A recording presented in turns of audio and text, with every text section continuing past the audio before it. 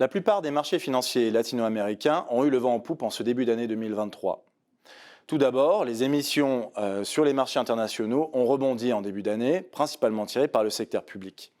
Les entreprises non financières ayant en revanche été, elles, beaucoup plus en retrait sur les marchés internationaux. Deuxièmement, les performances boursières exprimées en dollars ont surperformé l'indice MSCI Emerging Market d'environ 10 points de pourcentage sur la première moitié de l'année, tiré notamment par une résilience de la croissance ainsi que par l'appréciation des monnaies qui, dans la majeure partie des économies de la région, ont eu des gains d'environ 5 à 20%, à l'exception évidemment de l'Argentine.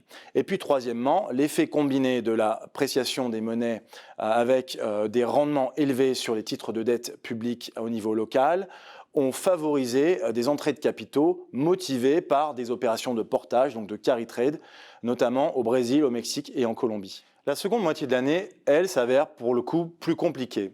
La région n'a pas été épargnée par le revirement des investissements de portefeuille de la part des non-résidents sur les marchés émergents en août et en septembre, qui ont enregistré des retraits de l'ordre de 30 milliards de dollars, d'après les estimations de l'IIF. Outre l'impact du ralentissement économique dans de nombreuses économies de la zone, ce sont surtout des facteurs mondiaux qui ont pesé sur les sorties de capitaux. Le premier facteur à prendre en compte, c'est l'essoufflement de la reprise chinoise, ainsi que les ventes massives sur les marchés actions de la part des non-résidents, lesquels ont pesé également sur les actions latino-américaines en raison de l'étroite corrélation avec les actions chinoises du fait de la demande notamment de la Chine envers l'Amérique latine en termes de matières premières.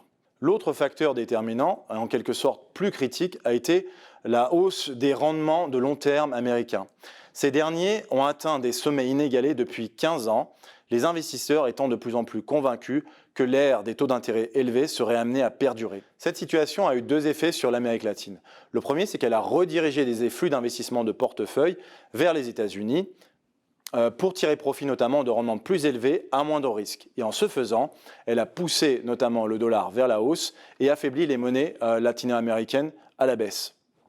On a quelques exceptions évidemment, la Colombie, le Mexique et le Brésil qui sont parvenus malgré tout à préserver une partie des gains engrangés sur la première moitié de l'année. Le deuxième effet découle du rôle vital que jouent les rendements sur les titres du Trésor américain à 10 ans sur les marchés financiers, puisqu'elles font office de benchmark.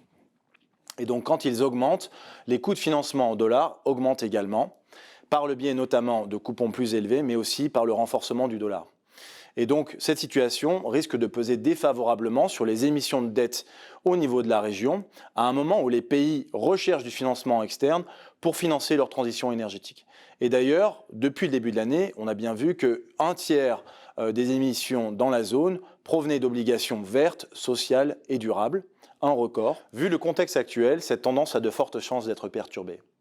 Je vous remercie de votre attention et je vous donne rendez-vous la semaine prochaine pour un nouveau numéro d'EcoTV Week.